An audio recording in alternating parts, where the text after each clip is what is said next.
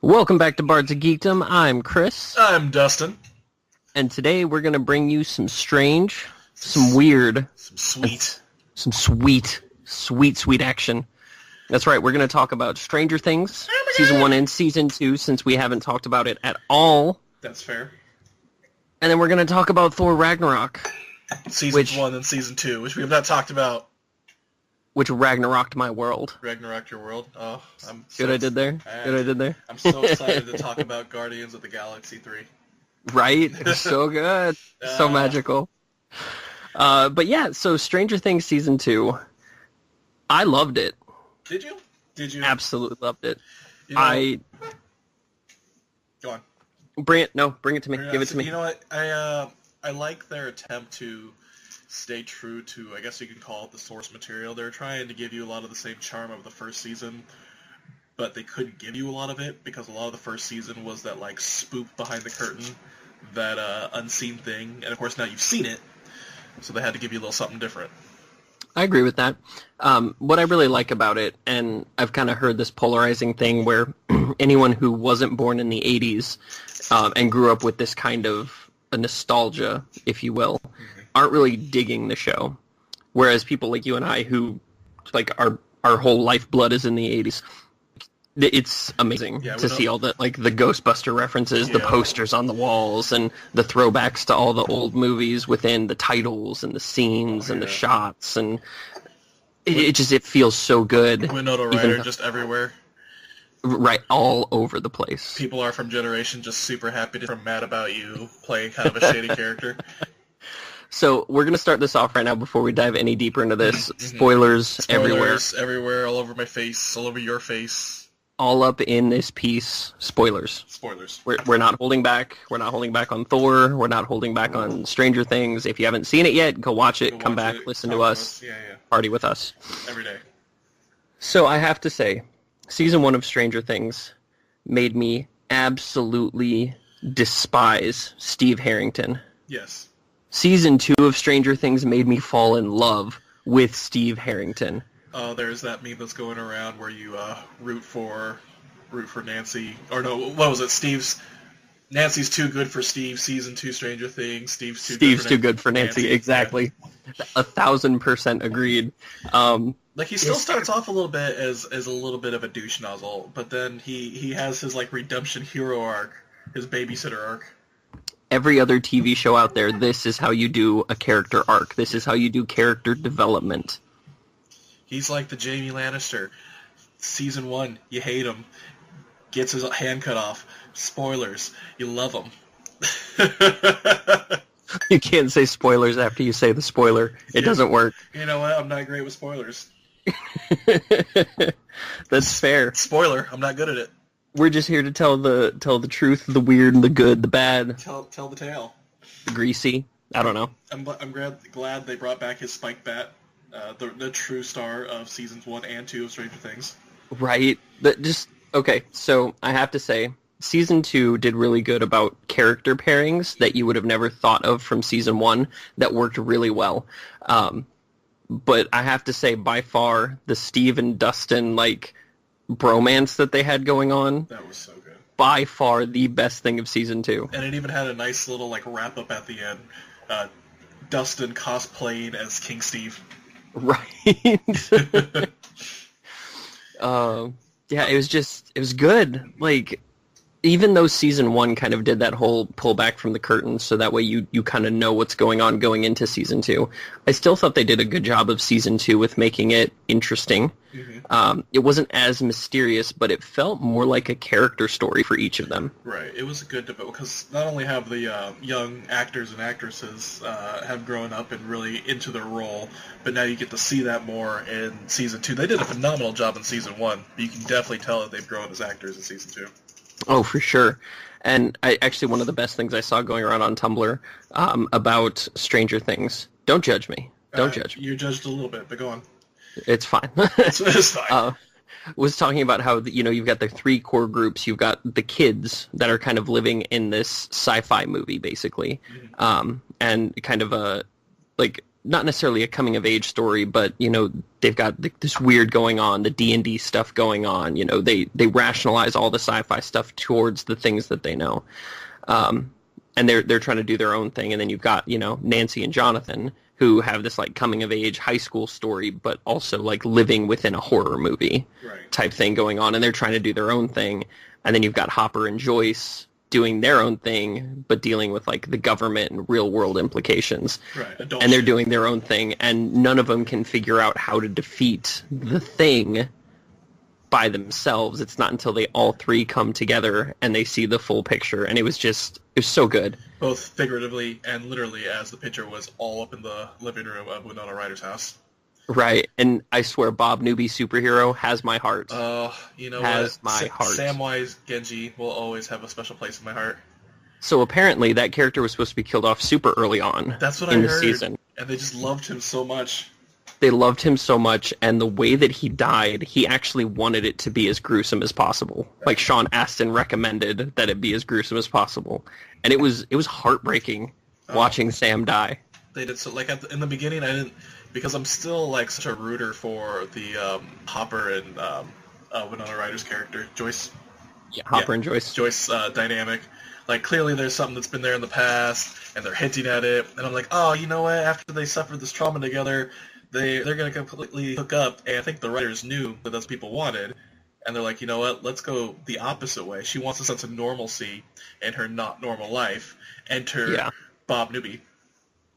Superhero. Yeah, and I think they kind of hint towards that at the end, where they're kind of going to go towards that in future seasons, showing them at the end kind of reminiscing about the past and whatnot. And, yeah, I think that's where we're going to see it go. But I do have to say, before we cap off this Stranger Things talk, because apparently we both just loved it, and we're gushing, and I think it's getting like sickeningly sweet up in here. Yeah, no, I hated it. It was ridiculous. It was bullshit. By the way, there is a cut on YouTube that you can find of just Dustin swearing throughout, not you, but Dustin from the show swearing throughout the entire thing, and it is basically just bullshit over and over and over again. Excellent. But no, best thing I heard was Hopper saying, you know what, I adopted a teenage girl, and Steve Harrington going, wait, hold my beer. Oh, man. He may be a crappy boyfriend, but he is a damn good babysitter. He is best babysitter. Oh, man. Yeah. And I really liked, what was it? Having 11, like, be a small teenage girl, but with psionic powers, so throwing her tantrum, and that's exactly what you would imagine it'd be if you're trying to raise a preteen, and she's having a tantrum. Oh, and she also has powers, blowing in all the windows of the house. She also went through her, like, punk rock phase like every single one of us did. Yeah, absolutely. I don't know that I'm excited about the B storyline, because it was so... I don't feel like it was well touched on where she encountered, 8, which was Kali. Yeah. Mm-hmm. Yeah, the other girl that was in there. Like, it was so... It felt so out of the way. I can tell you one thing that would have made it worth it, is if at the end 8 has showed up at the end of the season to help her take down the big bad. Yeah. Or even if she came as some kind of like revenge arc or something, because clearly she was hurt. But it was, hey, we were going to do this thing. You know what? I'm not going to do this thing anymore. I'm just going to go home. Bye. And then she just left. Well, and talking towards the future, Season 3 may actually be about finding other numbered characters and going after the dad who's apparently still alive. Right. But they also had that big hint of that they weren't done with the Upside Down, because, of course, it ended with the Mind Flayer just over the school where everybody was at. Yep. Yeah, so I'm looking forward to it. If they can keep this kind of a feel going forward into future seasons, I think it's going to have some longevity to it. You know, hopefully they don't use Will as the patsy again, because, right? Season 1 he got kidnapped, Season 2 he got taken over. Like, somebody else could have been taken over, is all I'm saying. I agree, but his performance this season was amazing. Oh yeah, no, I'll agree with that. Considering he spent most of his time off screen in Season 1, like, right? We really didn't have a whole lot of chance to like see his acting chops, as you would say. But he definitely pulled it together this season. Yeah, no, I'll agree with that. But yeah, I would like to see him actually step up and be more of a major character in the future seasons. I think it'll be interesting if they do get to like season 4, season 5 of maybe taking a 10 years in the future approach to a season and kind of have them as adults taking on this stuff, maybe like set in like the 90s or, early 2000s or something. I think that could be interesting as well. Oh, I'm excited for a 90s Stranger Things. Right? Speaking of 90s. Speaking of 90s. We're going to segue a little bit here. Oh, shit. What you got? So Captain Marvel is going to be set in the 90s. Oh, really? Yes. That's the Karen Danvers version, right? Carol Danvers, yeah. Kara Danvers is Supergirl. Great. Too many Danvers. I know, right? Like, really? You had to go on the point for that? Yeah. But so it's going to be set in the 90s. It's going to explain why she hasn't been around on Earth to help with any of the things since Iron Man 1 started. Any of the fuckery, yeah. So it's going to take place somewhat in space, I believe, which is awesome. I like it. And Nick Fury's going to be in it. Is he going to be the Watcher on the Wall? I'm kind of thinking that's where they're going with it. But they said that in Captain Marvel, he's going to have both of his eyes functioning and no eye patch. Oh. So maybe we'll see what happened to cause him to get the eye patch. Right. So that could be pretty cool. Like so now that we're talking about Marvel stuff. Now we're talking about Marvel stuff. All right. What did you think of Thor Ragnarok? You know what? It was a very good Guardians of the Galaxy movie. It was very good. I missed the talking raccoon. I felt like that it was lacking. Yeah. But they replaced it with a talking Hulk, so it kind of works. It worked. Did that work, though? Like, I thought it did. So here's the thing that I thought was interesting within the movie. I'm going to kind of jump ahead, then we'll pull back. Was they mentioned Sakaar being this place lost out of time. Because the Grandmaster said that if it wasn't, he'd have been dead a long time ago. Right. So Thor tells Bruce that Age of Ultron happened 2 years ago. Right. And then Bruce kind of freaks out and goes, wait, I've been the Hulk for 2 years? Right. But has he been the Hulk for 2 years? Right. Well, how long has he been the Hulk? Right, because it could have been, like, especially if we're talking, like, wormholes and all that, he could have been way back in the past. Like, he obviously had been there long enough to have a following and to have a penthouse and to have just an all-out parade and fandom. Like, I feel like that might be longer than 2 years. Right. So I love that they never actually really addressed that within the movie, but it would make sense of why the Hulk would start getting an actual persona if he had been around that long without actually staying like angry fighting mode. Right. That he would actually start becoming cognizant and speaking and stuff. Right. So especially if the longer he's Hulk, the less he's Bruce Banner. So there's less of that internal struggle going on.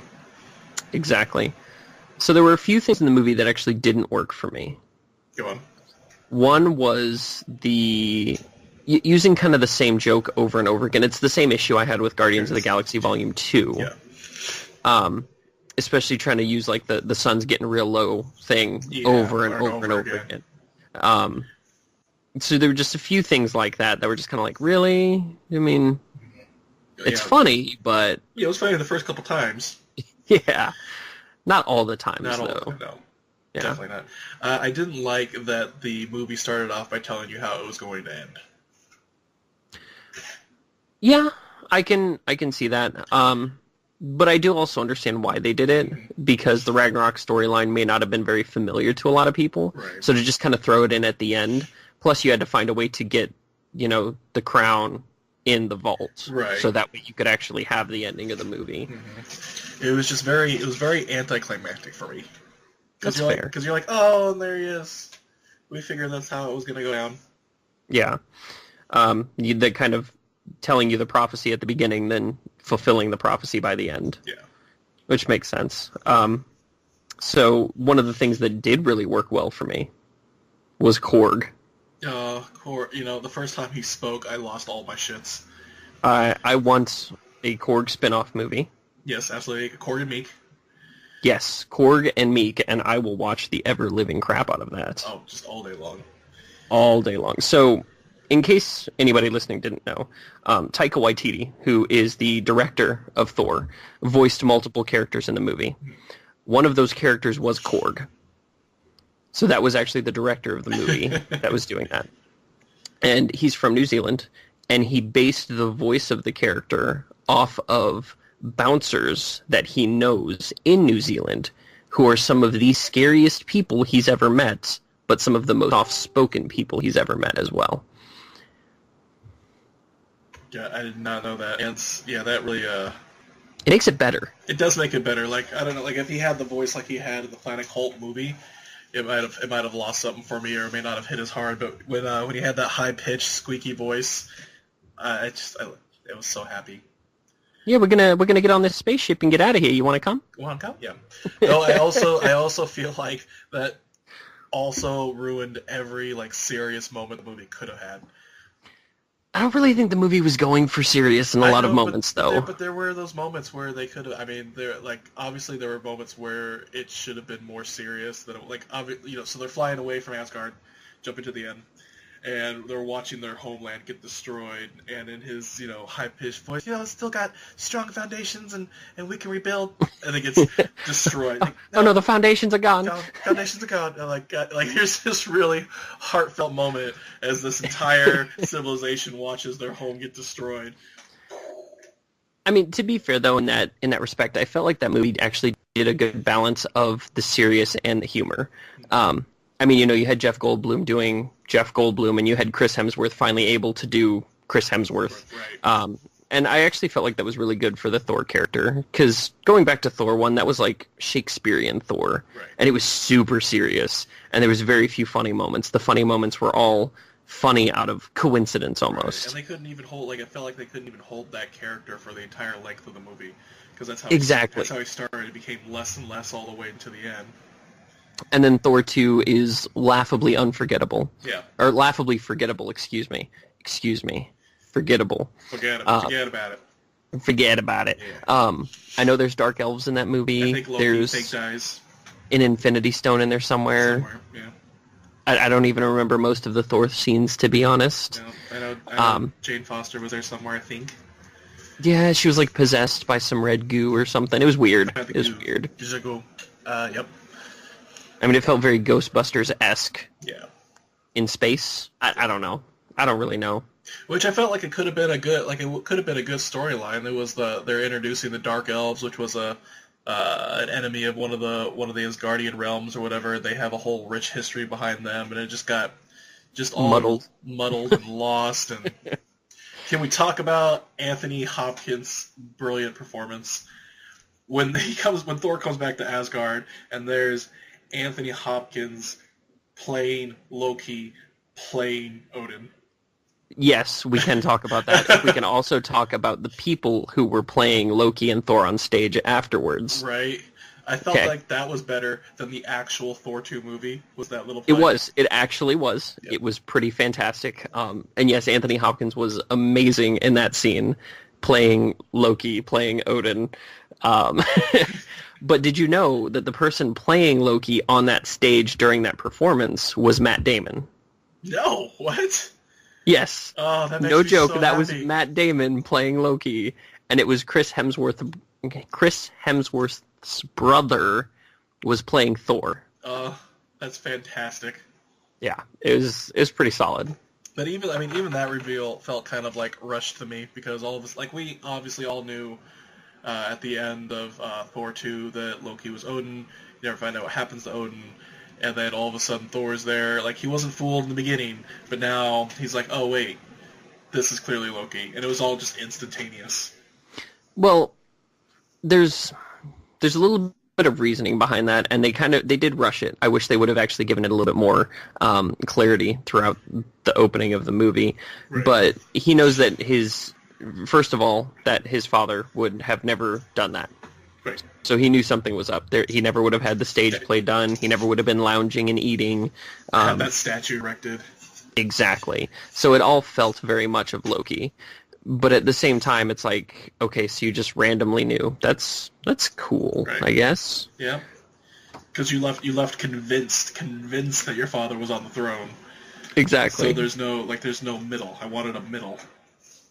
It needed a middle. I feel like that movie needed probably about 20 to 30 more minutes to really flesh out a lot of the minor issues it had. Right. What did you think about oh, what was his name? Scourge? Yes, Carl Urban's character. Yes. I liked it, for the most part.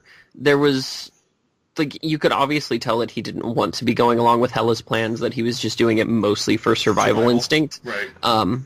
But every time there was a scene where he was doing something he didn't want to do, he kind of gave that look towards the camera, that kind of like, I don't want to be doing this. And it's like, okay, we get that you don't want to be doing it. Let's get some character development instead of the look. Right. Like, I wanted at least one scene where he did something that was there was that scene where they were fighting the other Asgardians, and I think he was in the fray there. But like, I don't know, maybe I'm just morbid, but I kind of wanted to see him execute that chick. just like actually see him get his hands dirty. Yeah, just to push him over the edge to that level. I did like his redemption at the end, though. Oh, yeah. I could have done without the AR-15s or AK-47s or whatever he had. I don't know guns. Yeah. He had guns and shot people. In the in the comic books, I think that was similar to his redemption arc there, where he was holding a bridge or holding the line, and it was two massive guns. Probably. So, I mean, yeah. Yeah. He got him from Texas. He did get it from Texas. That is real. Oh man. I liked the scene where Odin was sitting with his sons when he essentially died, but it was the scenery was obviously too fake, and it was too fake for me. Like, you're having this really deep moment, and there's nothing there. So they actually changed that late into production. Those scenes were actually supposed to take place in New York. They actually had this whole arc where Odin was actually living on the streets as a homeless person. Mm-hmm. And he still had his memory issues from what Loki did to him, but he was like being king over the homeless people. Right. So it was showing you that he still was being a king, even though he doesn't remember being a king. But so when he dies, that's when Hela is released and comes out. That would have taken place in New York, and that's why in the early trailers we saw the hammer being destroyed in an alleyway. And I think I would have liked that a lot better. So the reason they didn't do that was they thought a lot of the ambient noise from the city kind of took away from the gravity of the scene, as well as being on, the fjord in, Sweden or wherever they were. And then him talking about Asgard is a people, not a place. And then Thor saying maybe we can rebuild on Midgard. It kind of lends to that. It put that seed in his mind that maybe that's where they can call home. Right. So I understand the reasoning why they did some of that, but I agree. The CGI on that did look pretty shoddy. And knowing that there was another storyline behind it kind of makes that scene feel even more rushed, where he was just sitting there and he's talking to his sons and he's like, oh, by the way, that memory spell you had on me, that that lasted a long time, your mother would be proud. Like, it was just very quick. Yeah. And then dust to dust. Yeah. Yeah, I felt like, a few scenes could have used like maybe 5 more minutes or so, like maybe 30 minutes sprinkled throughout the movie would have actually made it feel a little bit more full. And, maybe we'll actually get that in a release version. I doubt it. Marvel doesn't usually do director's cuts. Right. But, we may see it in like some behind the scenes and deleted scenes and stuff like that. Would be really cool. Beta Ray Bill was supposed to be in the movie. Oh, I know. And he was actually in the movie. He was one of those statues. He was one of the statues, but he was the champion in the storyline that they had before they cut him. He was the champion before Hulk showed up. Right. Which makes sense. Exactly. And so Kevin Feige actually made the executive decision to cut his stuff from the movie, and that way they can use him in the future. Like, I feel like they could have kept him in there and used him in the future. Yeah, it would have been cool. I think it would have been a little fun nod, even if he was just in there for like 5 minutes, or like not even 5 minutes, like you just saw him in passing in a scene. Right. Or they made acknowledgement to him, like he was a former champion or something, or. Well, or like maybe the scene where Korg and Thor are talking when they're picking weapons before they go in to fight, and Thor's telling him about how he lost his hammer and stuff like that. Maybe seeing him like walk by in the background or something would have been really cool. Would have been killer, yeah. I mean, it was still nice that they put him on, like, I guess the Tower of Champions or whatever that was with the faces, but yeah, I would like to have seen him too, because that was a big deal, and especially in Planet Hulk. Like, that was But I guess there is also no background premise for him either. Yeah. So he would have just kind of been there, and if you don't know who he is, then... It would have just been a nod for the fans is really all it would have been. I want my fan service. You want your fan I service? want my fan service. So the one person we haven't talked about, Valkyrie. Valkyrie. What'd you think? You know what? I liked her part in it. I wish, again, they would have fleshed out the Valkyries a little bit more. Mm-hmm. It was a really good scene when she was fighting Loki, and he's like, that must be a painful memory for you. And then we got to see the big battle between the Valkyries and Hela. Yep. But then that's really it. That's all you have to her Valkyrie heritage. That and when Thor brings out the outfit later. Yes, yeah. So the two things that I want to mention is they did a really good job of making the female characters both absolutely terrifying and incredibly hot. Yes. Like at the same time. Like it wasn't like in one scene they're terrifying and no, it's like every scene all the time. And Tessa Thompson I thought did a really good job. I liked her take on the character. I liked the broken spirit Valkyrie who's kind of drinking to forget, just kind of making her way through life day by day and not really caring about anything. I love the scene where she showed up to capture Thor and fell off the ship because she was so drunk, and then just completely obliterated everybody anyways. Yeah. I liked it. I thought it was really good. Yeah, and I know a lot of people weren't keen on the casting choice, but she did a really good job. Yeah, and I really like that scene where like Thor's calling her out as like one Asgardian to another. And she was just like, eh. Yeah. But it had just a real, like, it should have been another, like, hard-hitting, emotional moment, and then he's unconscious on the floor again. Like, it was a fun movie, though. It did fun. Keep me laughing, which I can't say the first two Thor movies did. No. I thought the action pieces were great. Yep. Watching Hulk take on, Fenris Wolf and even going after Surtur and then being like, no, you idiot, stop, we need him to destroy Asgard. And he's like, but monster, like, right. Perfect. It was good. I liked it a lot. It wasn't my favorite Marvel movie.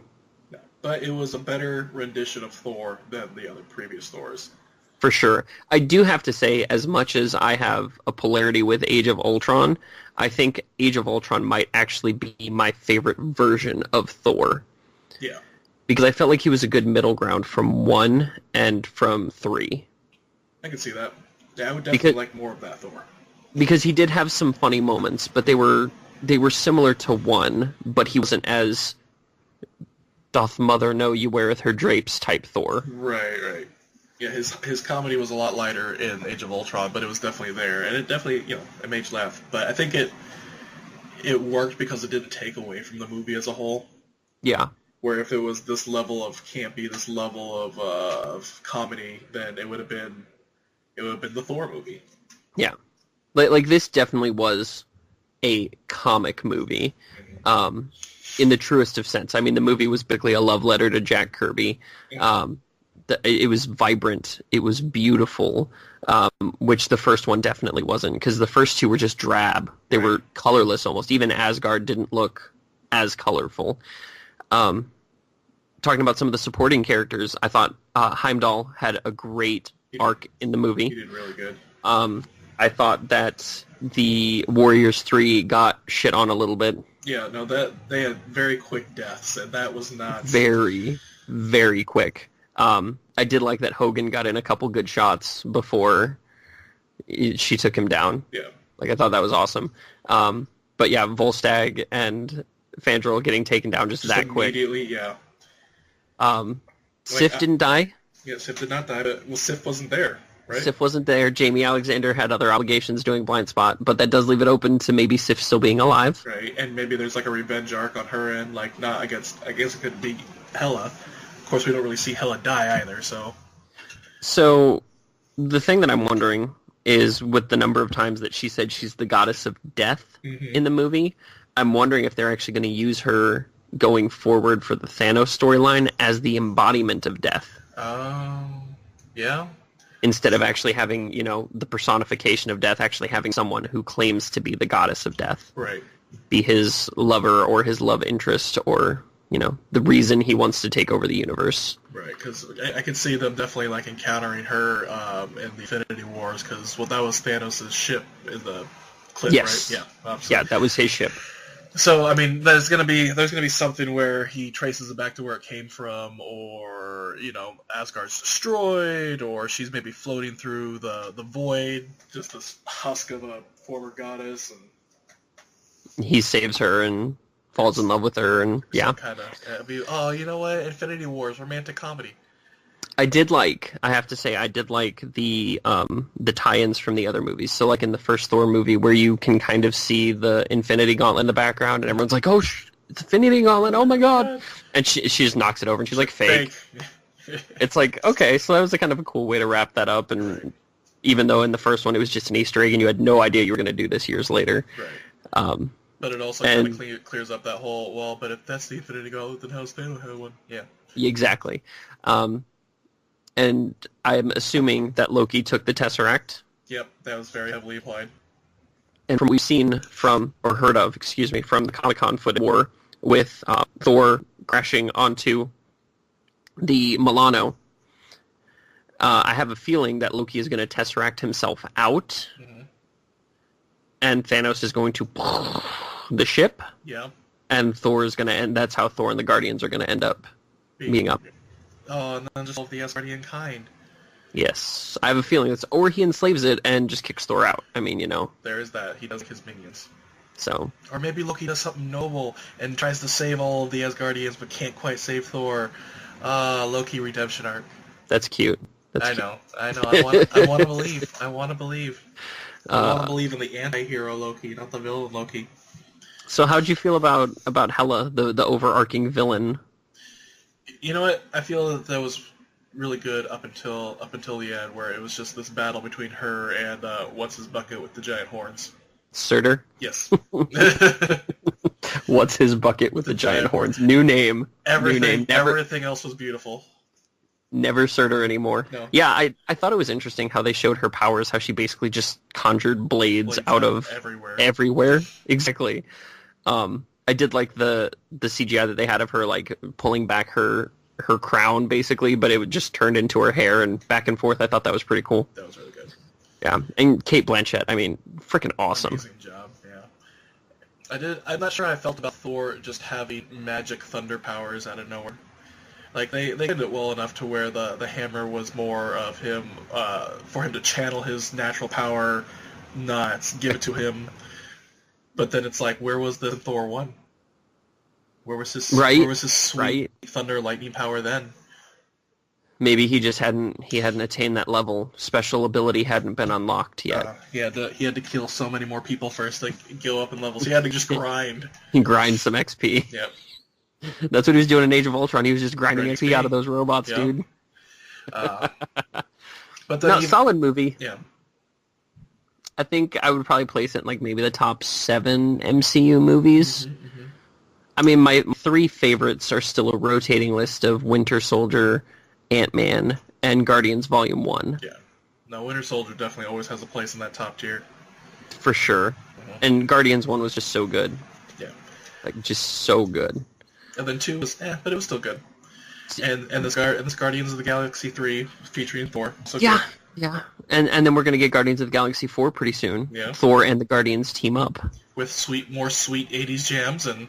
Dude, if there's not sweet 80s jams in Infinity War, I'm going to table flip. Yeah, like, done. In the middle of the theater, there might not be a table there. I will bring a table and I will table flip. Yeah, I'm really glad that they kept the Led Zeppelin song in there because that made the trailers, also made the movie. Agreed. And kind of sidebar to that, have you heard of the feud that's going on because of that There's song? A feud? Yes, between Jack Black and Chris Hemsworth. No, what? Because you saw School of Rock, right? Right. Yeah. And they used that song in the van scene. Right. And it was like they had to go through all these crazy hoops to get that song. So after Thor came out, Thor 3, Guardians of the Galaxy Return, he like posted on social media, like basically challenging Chris Hemsworth to a jam off because he ripped off their song.